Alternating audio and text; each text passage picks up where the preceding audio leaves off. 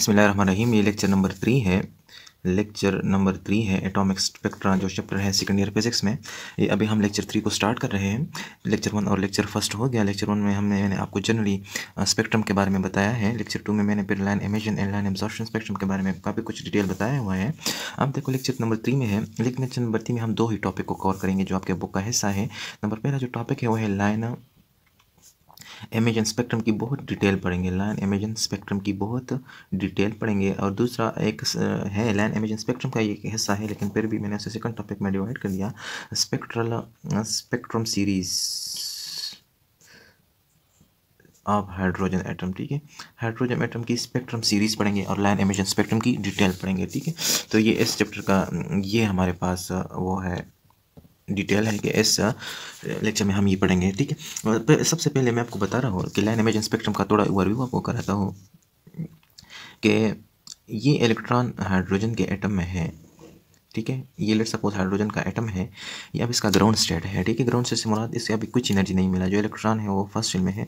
जब आप उसे एनर्जी दे दो, हीट दे दो डेल्टा, या कोई करंट दे दो आई, या जो भी इसे एनर्जी प्रोवाइड करो। ठीक है, तो एनर्जी जब आप उसे प्रोवाइड करोगे तो क्या होगा, इलेक्ट्रॉन ये स्टेबल है। जब इसे एनर्जी मिलेगा तो ये नीचे शेल से ले जंप करेगा, और जितनी अमाउंट ऑफ एनर्जी के अकॉर्डिंगली ये सेकंड, थर्ड या फोर्थ या लास्ट शेल में चला जाएगा, या इन्फिनिटी शेल में चला जाएगा। तो जब इसे एनर्जी मिल जाए और ये इन्फिनिटी शेल में चला जाए, तो इन्फिनिटी शेल से वापस जब ये इस शेल में आएगा तो एनर्जी को रिलीज़ करेगा in the form of light. और उस लाइट को अगर आप प्रिज्म से पास करें तो एक स्पेक्ट्रम बनेगा, और स्पेक्ट्रम को क्या कहते हैं, लाइन इमेजन स्पेक्ट्रम। क्यों लाइन इमेजन स्पेक्ट्रम? क्योंकि इलेक्ट्रॉन ऊपर से नीचे आते हुए एनर्जी एमिट करता है, इसलिए इसे लाइन इमेजन स्पेक्ट्रम कहते हैं। ये जो स्पेक्ट्रम आपको स्क्रीन पर हासिल होगा, इसकी डिटेल मैं आपको थोड़ा रिवाइज किया मैंने। देखो अब ये इलेक्ट्रॉन अगर ये ग्राउंड स्टेट में है तो इस स्टेट में भी इसकी कुछ ना कुछ एनर्जी होगी।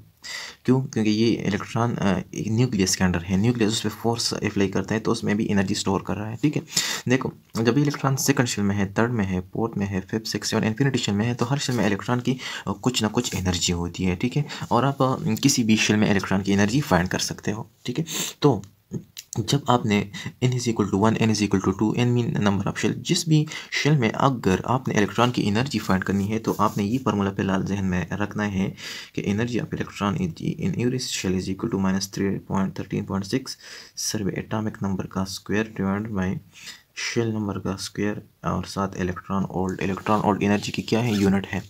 ये शेल की एनर्जीज आप इलेक्ट्रॉन वोल्ट में नापते हैं। जॉल भी है, जॉल और इलेक्ट्रॉन वोल्ट का एक इंटर रिलेशनशिप है। जिस तरह लेंथ का मीटर किलोमीटर भी है, लेंथ का यूनिट और सेंटीमीटर भी है, फीट भी है। इस इलेक्ट्रॉन वोल्ट एक छोटी इकाई है, यूनिट है किसकी, एनर्जी की। तो आप किसी भी शेल में अगर आप फाइंड करोगे एनर्जी फर्स्ट में शेल में, अब इससे एटॉमिक नंबर शो कर रहे हैं, तो हमने सब अगर किसी भी नियान का भी फाइंड कर सकते हो, हीलियम का, ऑक्सीजन का, मर्जी है। एटॉमिक नंबर डालो, शेल नंबर डालो, ऐसे मल्टीप्लाई करो, आपके साथ एनर्जी आ जाएगी। लेकिन ये जो आपका चैप्टर है ये सिर्फ और सिर्फ किसके बारे में है, हाइड्रोजन के बारे में है। तो आप इस चैप्टर में जब भी बात होगी तो आप जेड की जगह 1 डालोगे, क्योंकि हाइड्रोजन का एटॉमिक नंबर 1 है। ठीक है, तो इस की बदौलत आप एनर्जी फाइंड कर सकते हो। देखो let's suppose n is equal to 1 है मेरे पास, हाइड्रोजन ये इस शेल में है, n इज इक्वल टू 1, इस शेल में आपके साथ हाइड्रोजन है और हाइड्रोजन का एटॉमिक नंबर क्या है, 1। तो आप इस फार्मूले में डालोगे तो आपके साथ एनर्जी क्या आएगी, -13.6 ज़रबे 1 का स्क्वायर ज़रबे electron volt divide by n mean first shell में 1 स्क्वायर, तो आपके साथ -13.6 इलेक्ट्रॉन वोल्ट एनर्जी जाएगी। इसे आप E1 का नाम दे सकते हो। मतलब ये कि किसी भी जब भी हाइड्रोजन का एटम का इलेक्ट्रॉन फर्स्ट शेल में होगा तो इसकी एनर्जी इतनी होगी। अब इनकी जगह अगर आप 2 डाल दो, n इज इक्वल टू 2 डाल दो, तो ये इक्वेशन किस तरह रिड्यूस हो जाएगा, इज इक्वल टू -13.6 ज़रबे 1 का स्क्वायर ज़रबे इलेक्ट्रॉन वोल्ट डिवाइड बाई 2 का स्क्वायर, तो ये आपके साथ -13.6 डिवाइड बाई 4 इलेक्ट्रॉन वोल्ट, तो आपके साथ ये एनर्जी आ जाएगी -3.4 इलेक्ट्रॉन वोल्ट।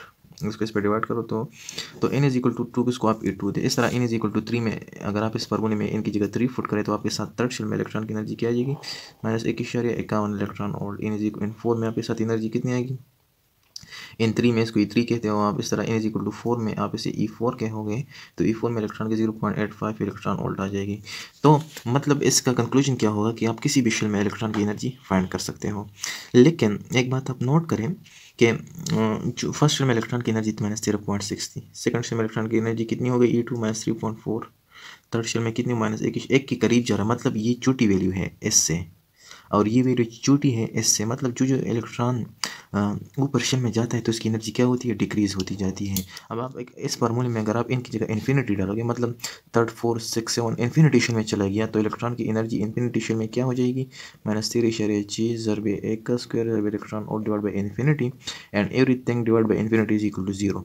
तो इन्फिनिटी शेल में इलेक्ट्रॉन की एनर्जी क्या होगी, 0 हो जाएगी। तो इसका मतलब ये इस पर MCQ वगैरह क्वेश्चन भी आ सकते हैं कि आप उस पर लिख सकते हो, ठीक है, कि फर्स्ट जो इलेक्ट्रॉन की नंबर ऑफ शेल बढ़ती जाएंगे उसकी एनर्जी क्या होती जाती है, डिक्रीज होती जाती है, और आखिर में क्या होगा, क्यों डिक्रीज होती जाती है, इसलिए कि ये न्यूक्लियस इस पर फोर्स लगा, न्यूक्लियस ने जकड़ा हुआ होता है ना, आप एनर्जी दोगे तो ये न्यूक्लियस से दूर चला जाता है, तो न्यूक्लियस का फिर इफेक्ट इस पर कम होता जाएगा, इसलिए इसकी एनर्जी कम होती जाएगी, ठीक है। तो आप किसी भी शेल में इलेक्ट्रॉन की एनर्जी, ये पहली बात हो गई, ठीक है। दूसरी बात मैं आपको बताने वाला हूँ कि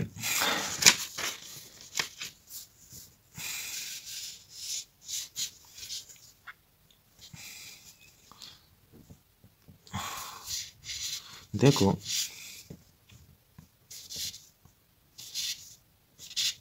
अच्छा, ये फर्स्ट बात हो गई, ठीक है। सेकंड बात ये है, अगर ये ग्राउंड स्टेट सब बातें मैंने आपको बता दी। अब ये लेट सपोज ये हाइड्रोजन का एटम है, इसका इलेक्ट्रॉन एस शेल में है, 1 2 3, n is equal to 4 shell में है लेट सपोज, और ये 4 शेल से इधर आ गया, n इज इक्वल टू 3, 4 शेल से इलेक्ट्रॉन 3rd शेल में आएगा, तो इसके दरमियान E2 माइनस E1 या E1 माइनस E2 तो होगी ना। ये मतलब इसमें जो 4 एनर्जी है लेट सपोज, और इसमें लेट सपोज 3 एनर्जी है, इसमें 4 एनर्जी है, तो इनके दरमियान डिफरेंस तो 1 का है ना। तो ये डेल्टा ई जो होगी, ये डेल्टा ई कौन सी एनर्जी, ये वो एनर्जी है जब इलेक्ट्रॉन ऊपर से नीचे आएगा और जो energy in the form of light emit करेगा। मतलब ये क्या है, एनर्जी ऑफ एमिटेड लाइट या photon, energy of emitted light या एनर्जी ऑफ फोटॉन या क्वांटा, QUANTA। तो ये वो डेल्टा ई जो हो क्या होगी, एमिटेड फोटॉन की एनर्जी होगी, ठीक है। अब ये पहली बात हो गई, ठीक है। ये अब दूसरी बात मैं आपको बताता हूँ कि जब आपने एनर्जी ऑफ फोटॉन फाइंड करना है, क्या फाइंड करना है, ये फोटॉन जो एमिट हुआ इसकी एनर्जी अगर आपने जब भी फाइंड करना है, तो एनर्जी ऑफ फोटॉन के लिए एक फार्मूला है, एनर्जी ऑफ फोटॉन के लिए वो है hc/λ। ये मॉडर्न फिजिक्स में मैंने डिराइव किया था, अगर आप उधर जाओगे। और energy of photon delta E is equal to E2 minus E1 जो मैंने ऊपर लिखवाया, ठीक है। तो आप इन दोनों इक्वेशन को अगर कंपेयर करो तो एनर्जी ऑफ फोटॉन किसके बराबर हो जाएगी, E2 minus E1 is equal to एस के hc/λ, क्योंकि ये भी डेल्टा ई के बराबर है और ये भी डेल्टा ई के बराबर है, तो अगर लेफ्ट साइड दोनों बराबर है तो राइट साइड भी बराबर हो जाएंगे। तो E2 minus E1 is equal to hc/λ। H क्या है, एच को प्लांक्स कांस्टेंट कहते हैं, कौन सा, प्लांक्स कांस्टेंट। ये लेमडा क्या है, wavelength of emitted photon, wavelength of emitted photon, ठीक है। और सी क्या है, सी ये क्या है, स्पीड ऑफ लाइट, या जो एमिटेड फोटॉन है उसकी स्पीड ऑफ लाइट, ठीक है। और डेल्टा ई क्या है, energy of photon, energy of photon, ठीक है। तो ये आपकी बातें हो गई, ठीक है। अब नेक्स्ट, अब ये सारी डिटेल मैंने आपको बता दी कि ये ग्राउंड स्टेट क्या है, एक्साइटेड स्टेट क्या है, ठीक है, एक्साइटेशन क्या है, डी एक्साइटेशन लेक्चर 2 में भी मैंने उस पर डिटेल में डिस्कशन की थी, अभी बताया आपको कि लेट्स सपोज ये इलेक्ट्रॉन अगर नीचे वाले शेल में हो तो उसे ग्राउंड स्टेट कहते हैं, अब उसे एनर्जी दोगे तो ऊपर शेल में जाएगा, इसको एक्साइटेड स्टेट कहते हैं। नीचे से ऊपर जंप करने को एक्साइटेशन कहते हैं, और ऊपर से नीचे आने को डी एक्साइटेशन कहते हैं। इस दौरान ये एनर्जी रिलीज करेगा, स्पेक्ट्रम बनाएगा। स्पेक्ट्रम को क्या कहते हैं, स्पेक्ट्रम को कहते हैं, उस स्पेक्ट्रम को लाइन इमेजन स्पेक्ट्रम या एटॉमिक इमेजन स्पेक्ट्रम। क्यों एटॉमिक इमेजन कहते हैं, क्योंकि ये हाइड्रोजन एटम है, उससे ये स्पेक्ट्रम प्रोड्यूस हो गया, ठीक है। अब देखो, अब एक टॉपिक है स्पेक्ट्रल सीरीज, क्या है स्पेक्ट्रल सीरीज। अच्छा, स्पेक्ट्रल सीरीज की आपको समझ तब आएगी जब मैं आपको ये डायग्राम बता दूँ ना। लेट सपोज ये आपके साथ एक डायग्राम पे मैं इसको एक्सप्लेन करता हूँ आपके लोगों के सामने, ठीक है। लेट सपोज ये n इज इक्वल टू 1 है, ये फर्स्ट शेल है आपका, ठीक है। ये वाला शेल आपके साथ क्या है, ये वाला n is equal to 2 hydrogen का सेकंड शेल है। ये क्या है आपका, ये n is equal to 3 third shell है हाइड्रोजन का। ये क्या है, n इज इक्वल टू 4 चौथा शेल है हाइड्रोजन का। n is equal to 5, n is equal to 6 और ऊपर जाते हुए ऊपर जाओ 6 7 8 n is equal to infinity. ठीक है, फर्स्ट शेल में मैंने आपको बताया कि फर्स्ट शेल में इसकी एनर्जी होती है इलेक्ट्रॉन की for hydrogen atom first shell में इसकी एनर्जी -13.6 इलेक्ट्रॉन होती है, सेकंड शेल में -4.5 होती है। ठीक है, अब सेकंड शेल से थर्ड शेल में जाएगा तो इसकी एनर्जी क्या होती है, -4.5 से इसकी एनर्जी और भी डिक्रीज हो जाती है -1.51। ठीक है, की कितनी होती है, -0.85। ठीक है, ऐसे ऊपर वाले शेल में जाएगा और भी कम हो जाएगी, सॉरी इसमें होती है -1.51, इसमें 0.85 इलेक्ट्रॉन वोल्ट।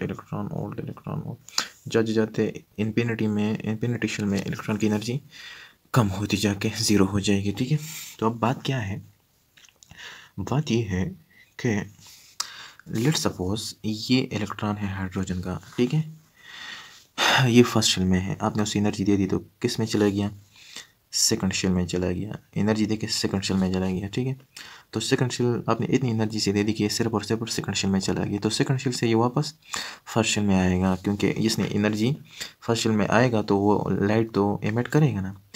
फर्स्ट शेल से सेकंड शेल में एक्साइटेशन हो गई, एक्साइटेशन से कि सेकंड शेल तक चला गया, इतनी एनर्जी थी कि ये सिर्फ और सिर्फ सेकंड शेल में चला गया। अब सेकंड शेल में ये घूमेगा वापस फर्स्ट शेल में आएगा, तो फर्स्ट शेल में आके ये एनर्जी रिलीज़ करेगा, लाइट रिलीज़ करके, ये लेट सपोज ये लाइट है। ठीक है, n इज इक्वल टू 1 और n मतलब सेकंड शेल से थर्ड शेल में आ गया।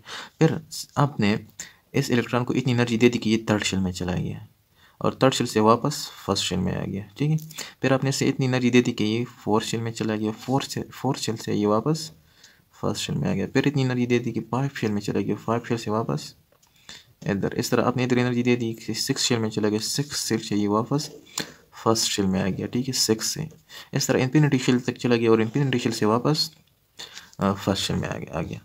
तो इस लाइन की सीरीज़ को क्या कहते हैं, स्पेक्ट्रल सीरीज़। और इस लाइन की सीरीज़ को जब आपने इलेक्ट्रॉन को फर्स्ट शेल से क्या कर दिया, एजिक्ट कर दिया सेकंड शेल तक, और सेकंड शेल से वापस लाइन आ गया फर्स्ट शेल में, थर्ड शेल तक, थर्ड शेल से वापस आ गया लाइन फर्स्ट शेल में। तो इस लाइन्स को जब आपने n1 इज इक्वल टू 1 मतलब फर्स्ट शेल को कांस्टेंट रखा और बाकी तमाम शेलों से इलेक्ट्रॉन शेलों को चला गया और शेलों से वापस फर्स्ट शेल में आ गया, तो इस लाइन की सीरीज़ को फिर आप एक स्पेसिफिक नाम दोगे और उसे आप कहोगे लेमन सीरीज़। कौन सा सीरीज़, लेमन सीरीज़। और आप इस तरह कह सकते हो कि लेमन सीरीज़ के लिए n1 सिर्फ 1 मतलब n1 आप 1 कांस्टेंट रखोगे, फर्स्ट शेल से अपने इलेक्ट्रॉन को ऊपर लेके जाना है। और n2 का मतलब ये है कि आप सेकंड शेल से भी इलेक्ट्रॉन फर्स्ट शेल में आ सकता है, थर्ड से भी, फोर्थ से भी, 5 से भी, 6 से भी, और जाके इन्फिनिटी शेल से तक जा सकता है, लेकिन वापस फर्स्ट शेल में आना है। जो लाइन्स बनेंगे, लाइन का जो स्पेक्ट्रम बनेगा, इस स्पेक्ट्रल सीरीज़ को क्या कहते हैं, लेमन सीरीज़। कौन सा सीरीज़, लेमन सीरीज़। और अब दूसरी बात ये है कि अगर आपने इस लाइन का third, first line, second, third जो भी लाइन है इस लेमन सीरीज़ में, अगर आपने इसकी वो फाइंड करनी है, अगर आपने इस सीरीज़ की किसी भी लाइन का वेवलेंथ फाइंड करना है लैम्डा, तो आप यही जो फार्मूला है, इस फार्मूले को आपने फर्स्ट फिलहाल जहन में रखना है। इस फार्मूले की मदद से आपने इसका क्या फाइंड करना है, वेवलेंथ फाइंड करना है। देखो आप सिर्फ इसमें वैल्यू डालोगे, आर की एक वैल्यू है 1 ओवर आर की, अब मैं आपको बता रहा हूँ कि इसकी कितनी वैल्यू है, रेडियस है, और जेड एटॉमिक नंबर शो कर रहा है। जेड की जगह आप बेशक 1 लिख दे, क्योंकि ये हाइड्रोजन के लिए फाइंड करना है। n1 की जगह आपने सिर्फ 1 डालना है, 1। अब अगर आपने इस लाइन का लैम्डा फाइंड करना है, तो इस लाइन में आप क्या करोगे, n1 की जगह आप सिर्फ 1 डालोगे और n2 की जगह आप 2 डालोगे। तो n1 और n2 की जगह z की जगह 1 और r की एक वैल्यू मैं आपको बता दो वो डालोगे, तो आपके साथ लैम्डा आ जाएगी। ठीक है, अगर आपने अब इस लाइन की फाइंड करनी है लैम्डा, तो आप क्या करोगे, n1 की जगह वही 1, लेकिन n2 की जगह आप 3 डालोगे, क्योंकि थर्ड शेल से आ रहा है तो ये 9 हो जाएगा, 3 का स्क्वायर। इस तरह अगर इस फोर्थ वाली लाइन का फाइंड करना है तो ये n2 चेंज होता जाएगा, n1 गिफ्ट कांस्टेंट रखोगे, तो इस सीरीज़ को आप लेमन सीरीज़ कहते हो। ठीक है, अब देखो, अब लेमन सीरीज़ जो है, अच्छा इसे स्पेक्ट्रल सीरीज़ या एनर्जी लेवल्स भी कह सकते हो, चलो बाद में डिस्कस करेंगे। लेकिन अब बात क्या है कि लेट सपोज n1 को अगर आपने 1 रखा और n2 को अगर आपने 2 रखा, तो आप लैम्डा किस तरह फाइंड होगा, तो इस फार्मूले में डालो, 1 over lambda is equal to R, Z की जगह 1 डालो क्योंकि ये हाइड्रोजन के लिए स्पेक्ट्रम है, N1 की जगह 1 डालो क्योंकि ये लेमन सीरीज है, और N2 की जगह 2 डालो क्योंकि ये सेकंड शेल से फर्स्ट शेल में आ रहा है। ठीक है, तो आपके साथ 1 ओवर लेमडा की वैल्यू क्या आ जाएगी, आर 1 माइनस 1 ओवर 4। ठीक है, तो अब मज़ीद इसको सिंपल करो। मज़ीद किस तरह सिंपल करोगे, ये वैल्यू किस तरह आ जाएगी, इस तरह देखो। हाँ, इसकी वैल्यू इस तरह आ जाएगी, देखो 1 over lambda is equal to R 3/4। इसका एलसीएम ले लो, 3/4 आ जाएगा। ठीक है, अब लेमडा की अगर आपने वैल्यू फाइंड करनी है तो इधर उधर कर दो, 4/3 ज़र भी 1 ओवर आर आ जाएगी। तो अब 1 ओवर आर की जो वैल्यू है ये आप लोगों ने जहन में रखना है कि 1 ओवर आर की वैल्यू कितनी है, 912 एंगस्ट्रॉम। 1 ओवर आर की वैल्यू कितना है, 912 एंगस्ट्रॉम। ठीक है, तो ये आर की वैल्यू है, तो इसको आपने क्या करना है, गिफ्ट कांस्टेंट रखना है। तो अब आप लेमडा की वैल्यू फाइंड कर सकते हो, 4/3 ज़र भी 1 ओवर आर की जगह आप क्या लिख दो, 1 ओवर आर की जगह आप बेशक 911 भी लिख सकते हो, 910, 911, 912, ये 3 वैल्यू लिख सकते हो अपनी आसानी के लिए ना। तो आपके साथ लेमडा क्या आ जाएगा, आपके साथ इससे हमारे पास लेमडा आ जाएगा 1216 एंगस्ट्रॉम होता है, 1216 एंगस्ट्रॉम। लेट्स सपोज ये लेमडा 1 आपके साथ कितना आ गया, 1216 एंगस्ट्रॉम आ गया। ठीक है, अब देखो, अब आपने क्या करना है, अब आपने ये फर्स्ट लाइन की आपने क्या कर दी, इस फर्स्ट लाइन की आपने क्या फाइंड कर दी, वेवलेंथ। अब सेकंड लाइन की मैंने वेवलेंथ फाइंड करना है, फिर थर्ड लाइन के लिए फाइंड करना है। तो अगर आपने सेकंड लाइन के लिए वेवलेंथ फाइंड करना है तो क्या करोगे, सेकंड लाइन के लिए N1 को 1 रखोगे क्योंकि लेमन सीरीज है, N2 को थर्ड रखोगे 3। अगर 3 से देखो ये सेकंड लाइन की अगर आपने वेवलेंथ फाइंड करनी है तो थर्ड शेल से इलेक्ट्रॉन फर्स्ट शेल में आ गया तो सेकंड की वेवलेंथ फाइंड हो जाएगी। ठीक है, तो अब ये अगर आप फार्मूले में डाल दें, 1 over lambda is equal to R Z square 1/N1 square minus 1/N2 square. 1 over lambda is equal to R 1 square 1/1 square, N1 की जगह 1 क्योंकि लेमन सीरीज, N2 की जगह 3 क्योंकि थर्ड शेल से नीचे आ रहा है। ठीक है, तो 1 ओवर लेमडा आपके पास क्या आ जाएगी, इससे आपके पास वैल्यू आ जाएगी 9, इसकी वैल्यू आ जाएगी आर 1 माइनस 1/9। इसका एलसीएम ले लो, इधर उधर कर दो तो आपके साथ लेमडा क्या आ जाएगा, 9/8 ज़र भी 912 एंगस्ट्रॉम। इसको डिवाइड कर दो, लेमडा की वैल्यू आएगी 1026 एंगस्ट्रॉम। ठीक है, अब दूसरी बात, अब दूसरी लाइन की हमने वेवलेंथ फाइंड कर दी, वो तो क्या आ गई, 1024। अब इस थर्ड लाइन की मैंने वेवलेंथ फाइंड करनी है, तो थर्ड लाइन के लिए क्या होगा, इसके लिए N2 4 हो जाएगा, N1 1 हो जाएगा। ठीक है, तो अगर आपने थर्ड लाइन की वेवलेंथ फाइंड करनी है तो इसके लिए N1 क्या होगा, लेमडा 3 अगर आपने फाइंड करना है, ये लेमडा 2 हो गया, तो N1 तो 1 है क्योंकि क्या है, ये लेमन सीरीज है। N2 आपके पास क्या हो जाएगा, 4 क्यों, क्योंकि ये आपने थर्ड लाइन के लिए वेवलेंथ फाइंड करना है। ठीक है, तो आपके साथ क्या आ जाएगा, आपके साथ एक और लेमडा की वैल्यू आ जाएगी, तो आप फार्मूले में पुट करें, 1 over lambda is equal to R Z square 1/N1 square minus 1/N2 square. ठीक है, तो अब अगर आप इसमें वैल्यूज पुट करें तो 1 over lambda is equal to R 1 square 1/1 square minus 1/16 की जगह 4 डालोगे तो 16 हो जाएगा। 1 ओवर आर की जगह आप बेशक डाल दें 16, ये आ जाएगा 16/15 ज़र भी 1 ओवर आर। तो 1 ओवर लेमडा आपके साथ आ जाएगी, इसकी जगह 16/15 ज़र भी 1 ओवर आर की जगह 910 डालो तो आपके साथ वैल्यू आ जाएगी 960 एंगस्ट्रॉम। ठीक है, तो आपके साथ क्या हो गया, लेमडा 3 आपके साथ क्या आ गया, 960 एंगस्ट्रॉम आ गया। ठीक है, अब देखो, अब अगर N1 को मैं मज़ीद बढ़ा के N1 को अगर 1 रखो तो लेमन सीरीज है, N2 को इन्फिनिटी तक ले जाओ, थर्ड फोर्थ 5 6 इन्फिनिटी से एक लाइन आ रही है, ये वाली लाइन, ये जो मैंने आपको बताया कि इन्फिनिटी वाले शेल से, इन्फिनिटी शेल से इस लाइन के मैं वेवलेंथ फाइंड करने जा रहा हूँ। तो अब अगर आप फार्मूले में सिंपल डाल दें तो are Z square 1 over N1 square minus 1 over N2 square, N1 की जगह 1 क्योंकि लेमन सीरीज है, आर की जगह बाद में 1 स्क्वायर 1/1 स्क्वायर माइनस 1/इन्फिनिटी स्क्वायर। तो 1 ओवर लेमडा हो जाएगी आर 1/1 से 1 और इस 1/इन्फिनिटी से 0 आता है, तो 1 ओवर लेमडा हो जाएगी आर की, और लेमडा हो जाएगी 1 ओवर आर के बराबर। तो 1 ओवर आर की वैल्यू क्या है, 910 एंगस्ट्रॉम या 912 एंगस्ट्रॉम। तो देखो ये लेमडा इन्फिनिटी हो गया, तो लेमडा 1 की हमने वैल्यू फाइंड की थी, ये लेमडा 1 की वैल्यू हमने फाइंड की थी, ये वाली 1216। लेमडा 1 हमारे पास क्या आ गया, लेमडा 1 हमारे पास आ गया 1216 एंगस्ट्रॉम। लेमडा 2 हमने फाइंड की थी, लेमडा 2 की हमारे पास वैल्यू क्या आ गई थी, ये लेमडा 2 की वैल्यू आ गई थी 1026। लेमडा 2 की क्या वैल्यू आ गई थी, लेमडा 2 की 1026 एंगस्ट्रॉम। लेमडा 3 की हमने फिर वैल्यू फाइंड की थी, लिम्डा 3 की क्या वैल्यू आई थी हमारे पास? लिम्डा 3 की वैल्यू आई थी 960 एंगस्ट्रॉम। लिम्डा 3 की क्या वैल्यू आ गई थी? 960 एंगस्ट्रॉम। और लिम्डा इन्फिनिटी की वैल्यू हमारे पास 912 एंगस्ट्रॉम आ गई। तो देखो कि फर्स्ट लाइन का वेवलेंथ क्या है। फर्स्ट लाइन की वेवलेंथ हमारे पास थी, फर्स्ट लाइन की वेवलेंथ हमारे पास 1216 है, 1216 एंगस्ट्रॉम है। सेकंड लाइन की वेवलेंथ हमारे पास 1026 है। थर्ड लाइन की वेवलेंथ हमारे पास 960 है। मतलब फर्स्ट लाइन की वेवलेंथ हमारे पास सबसे ज़्यादा है। सेकंड लाइन की वेवलेंथ उससे छोटा है, इससे छोटा है। थर्ड लाइन की वेवलेंथ इससे छोटा है सेकंड से। जाते जाते मतलब जितना ट्रांजिशन बढ़ता है, मतलब इस लाइन की वेवलेंथ हमारे पास ज़्यादा है, फिर इसकी वेवलेंथ थोड़ा कम है इससे, इसकी वेवलेंथ और कम है इससे। आखिर में जो इन्फिनिटी लाइन है उसकी वेवलेंथ। अच्छा, तो हम लेमन सीरीज़ के बारे में पढ़ रहे थे।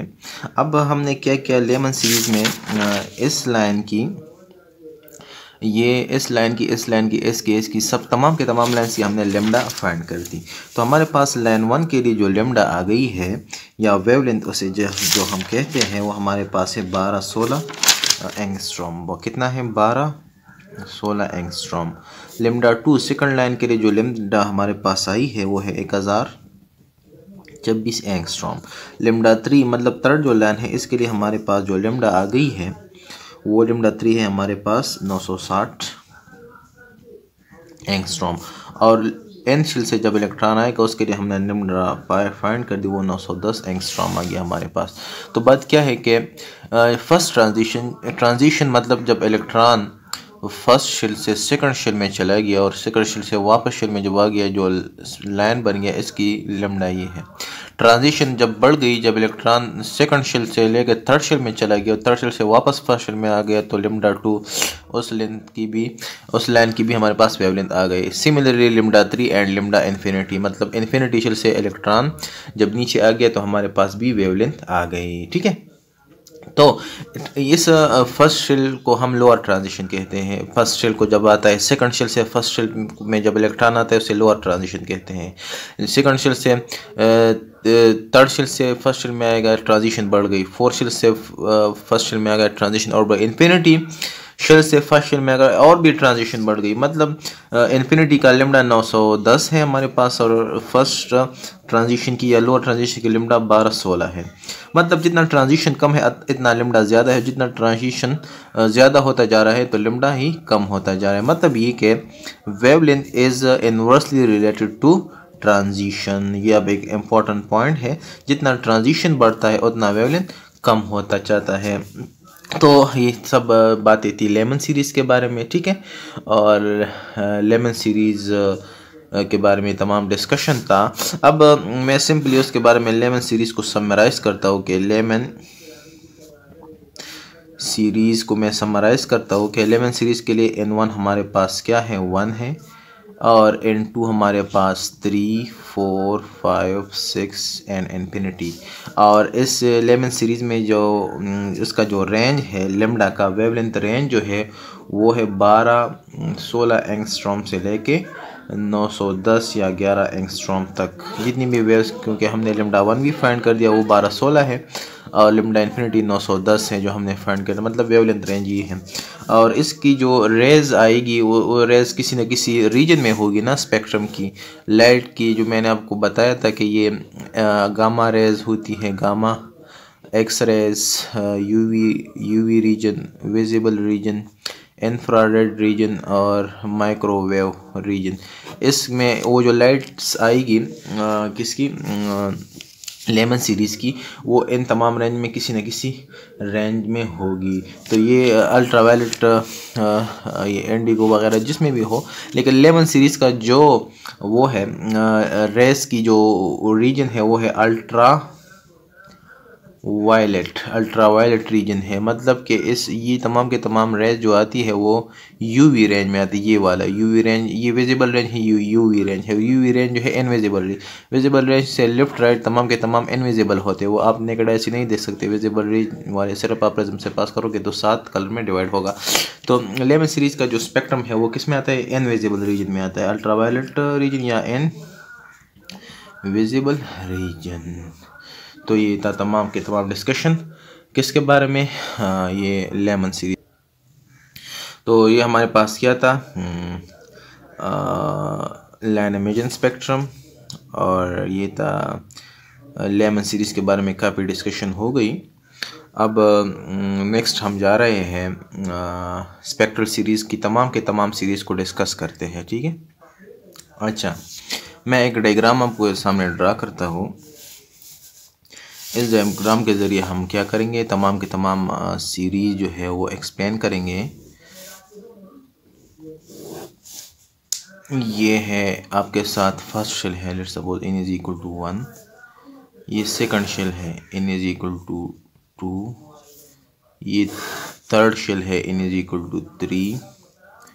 ये फोर्थ शेल है, n is equal to 4। n is equal to 5। n is equal to 6। n is equal to 7, और जाते जाओ n इज इक्वल टू आखिर में n is equal to infinity. देखो, फर्स्ट ऑफ ऑल मैं आपको वही लेमन सीरीज़ के बारे में बताता हूँ। लेमन सीरीज़ के बारे में वो क्या है?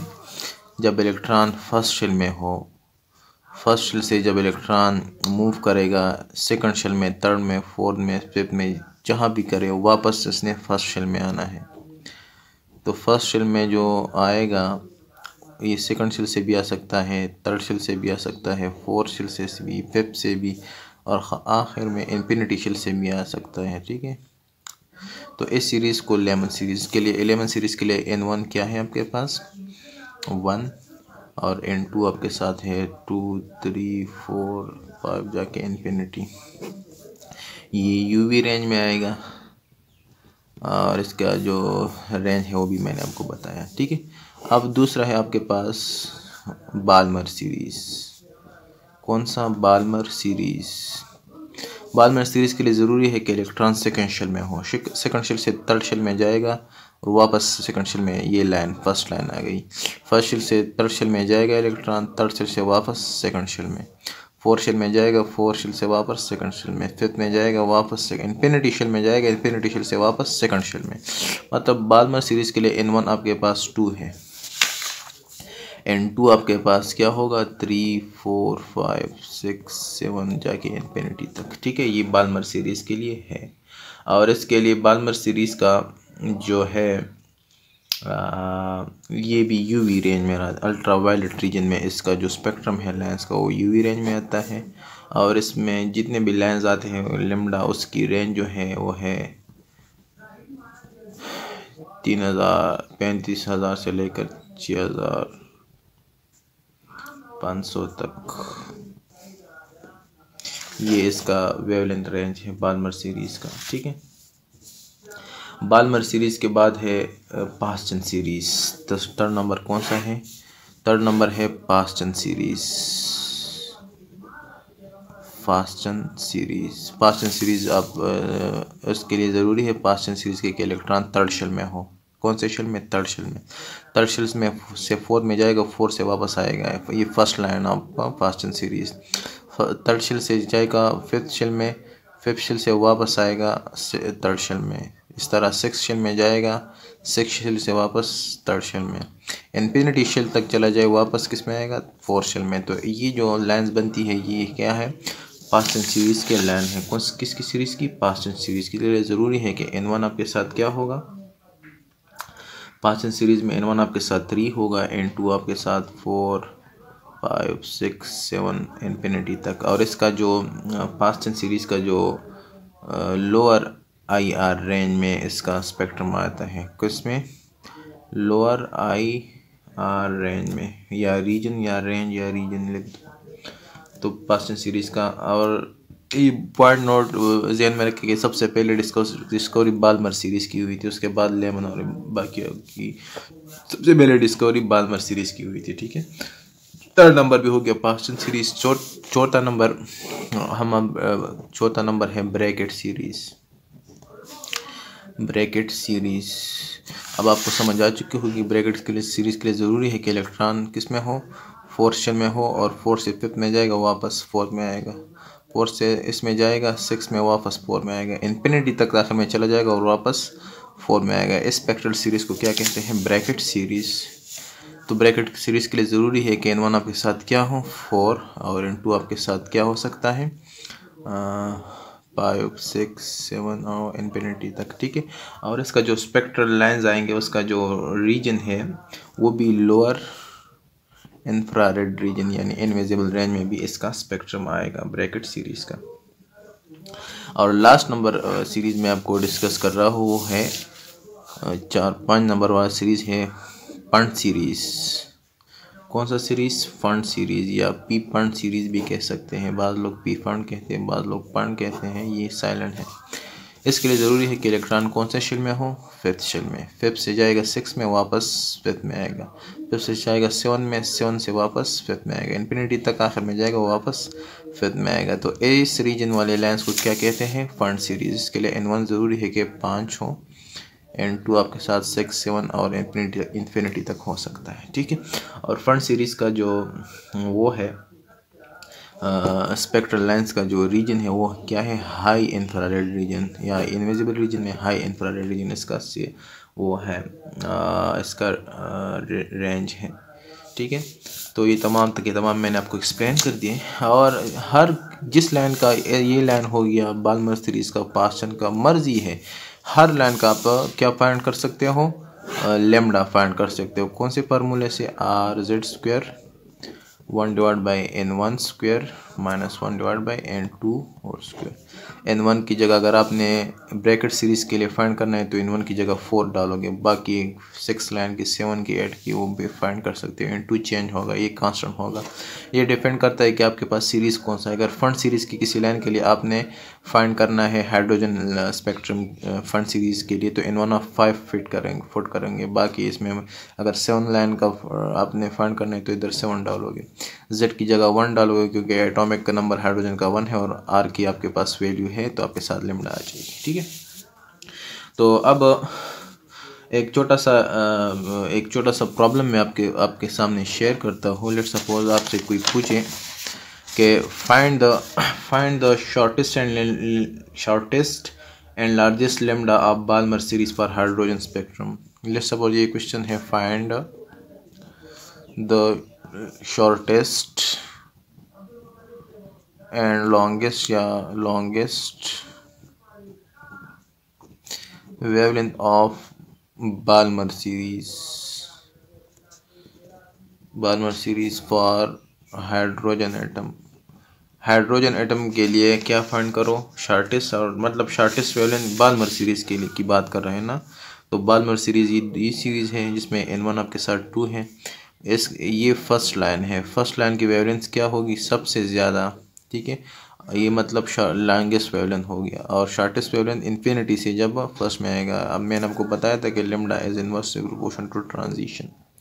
जितना ट्रांजिशन बढ़ता है इतना लेमडा कम होता है। तो इस सबसे कम लेमडा इसका है क्योंकि ये बोहर्स का ट्रांजिशन ज़्यादा है। लेमडा इन्फिनिटी से आ रहा है, इसका ट्रांजिशन कम है, ये सेकंड शेल से, ठीक है। तो अब इसके लिए वेवलेंथ के लिए आपको फार्मूला गिवन है कि वेवलेंथ आप इस फार्मूले से फाइंड कर सकते हो। और आपके साथ बाल्मर सीरीज़ गिवन है तो n1 की जगह क्या डालोगे? 2, क्योंकि ये बाल्मर सीरीज़ है, ठीक है। और लॉन्गेस्ट वेवलेंथ और सबसे पहले नंबर में लॉन्गेस्ट फाइंड कर रहा हूँ, लॉन्गेस्ट वेवलेंथ, या सबसे पहले मैं शॉर्टेस्ट फाइंड कर रहा हूँ।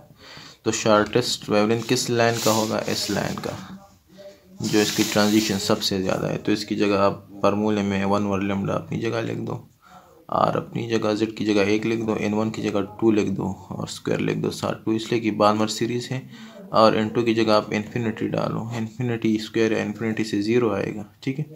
तो आपके साथ ये रीअरेंज होगा तो आपके साथ इधर उधर कर दो, लेमडा आ जाएगा 4 × 1 over R is equal to 1 over R की जगह 911 एंगस्ट्रॉम फुट करो। 911 इससे पहले मैंने आपको बताया था। 911 डिवाइड मल्टीप्लाई बाई 4 से आता है 3644 एंगस्ट्रॉम। कितना? 3644 एंगस्ट्रॉम। तो ये क्या हो गया? शॉर्टेस्ट वेवलेंथ हो गया 3644 एंगस्ट्रॉम। अब आपने क्या फाइंड करना है? दूसरा पार्ट फाइंड करना है, लॉन्गेस्ट वेवलेंथ फाइंड करना है। तो वही फार्मूला लगा, 1 और lambda is equal to R1 square 1 divide by 4 minus 1 divide by 3 square, ठीक है। N2 की जगह मैंने क्या डाला 3, क्योंकि ये वाला लाइन है, ये वाला लाइन है, ये थर्ड शेल से आ रहा है, तो N2 की जगह 3 और N1 की जगह 2, क्योंकि बाल्मर सीरीज है। तो इसको अगर आप रीअरेंज करोगे, ठीक है, इसका एलसीएम ले लो, 1/r की जगह क्या डालो 910 एंगस्ट्रॉम डालो, तो आपके पास लेमडा की वैल्यू क्या आ जाएगी, कैलकुलेटर पे करके आपके साथ आ जाएगी 65-52 एंगस्ट्रॉम। तो ये 65 सबसे क्या है, लॉन्गेस्ट है, और 65 के बाद ये 34-44 जो है ये वाला, ये सबसे शॉर्टेस्ट है। तो अब मैं आपको थोड़ा डायग्रामेटिकली फिर एक्सप्लेन कर रहा हूँ, रिवाइज कर रहा हूँ कि लेट्स सपोज ये आपके साथ हाइड्रोजन का एलिमेंट एटम है, ये इसका n=1 है, ये n=2 है, सेकंड शेल है, n=3 थर्ड शेल है, n=4 और n=5 और n=infinity। अब फर्स्ट शेल से इलेक्ट्रॉन सेकंड शेल में जाएगा, वापस फर्स्ट शेल में आएगा तो एक लाइट इमिट करेगा, फर्स्ट शेल से थर्ड शेल में जाएगा, इस तरह जंप करके थर्ड शेल में जाएगा जब, और वापस फर्स्ट में आएगा तो भी एक लाइट इमिट करेगा, इस तरह थर्ड में जाएगा, वापस फर्स्ट में आएगा तो भी एक लाइन इमिट करेगा, फिफ्थ में जाएगा, वापस फर्स्ट में आएगा तो भी एक लाइन एमिट करेगा, इन्फिनिटी शेल तक जाएगा, वापस आएगा तो भी एक लाइन एमिट करेगा। तो इस सीरीज़ को क्या कहते हैं, लेमन सीरीज़। कौन सा, लेमन सीरीज़। और ये अल्ट्रा वायलेट रीजन में आ रहा है, N1 आपके पास 1 है, N2 आपके साथ 3 4 इन्फिनिटी तक, तो ये लेमन सीरीज़ है, ठीक। इस तरह बाल्मर सीरीज़ के लिए कर देखिए, इलेक्ट्रॉन सेकंड शेल में ज़रूरी है, बाल्मर के लिए क्या है, N1 2 का होना ज़रूरी है, सेकंड शेल में आएगा, वापस थर्ड शेल में जाएगा, थर्ड शेल से वापस सेकंड में आएगा तो लाइट इमिट करेगा, इस तरह एस शेल से वापस इधर आएगा तो भी लाइट इमिट करेगा, एस शेल से वापस इधर आएगा तो भी लाइट इमिट करेगा, इन्फिनिटी शेल से वापस सेकंड शेल में आएगा तो भी लाइट इमिट करेगा। तो आपके पास इस स्पेक्ट्रल सीरीज़ को क्या कहते हैं, बाल्मर सीरीज़। अब हमने ये वाला जो वेवलेंथ फाइंड किया, लॉन्गेस्ट एंड शॉर्टेस्ट, तो ये वाला जब सेकंड शेल से थर्ड शेल से वापस सेकंड शेल में आएगा तो ये वाला इसकी वेवलेंथ सबसे क्या होगी, ज़्यादा होगी, और इसकी वेवलेंथ सबसे कम होगी। Transition is inversely proportional to wavelength. इस तरह बाकी के लिए 3 को केप्ट कांस्टेंट रखो ब्रैकेट के लिए, और ब्रैकेट के पास्टन के लिए, पास्टन के बाद ब्रैकेट के लिए इसको कांस्टेंट रखो, और पॉइंट के लिए इसको कांस्टेंट रखो, तो ये आपके साथ स्पेक्ट्रल सीरीज आएगा। तो इस तरह कोई फार्मूला जहन में रखो कि सबसे पहले क्या है, लेमन सीरीज़ है, फिर बाल्मर है, फिर पास्टन है, फिर ब्रैकेट है, और फिर फी फंड है या फंड, LBPBP। तो ये इसमें N1 फर्स्ट शेल होगा, इसमें N1 सेकंड शेल, इसमें N1 थर्ड 4 एंड 5। तो ये स्पेक्ट्रल सीरीज़ आपका कंप्लीट हो गया। इंशाल्लाह नेक्स्ट लेक्चर में, लेक्चर नंबर 4 में फिर इंशाल्लाह मिलते हैं, बाकी चीज़ें डिस्कस करेंगे, ठीक है। तो ये आपका लेक्चर नंबर 3 कंप्लीट हो गया। Thanks for watching.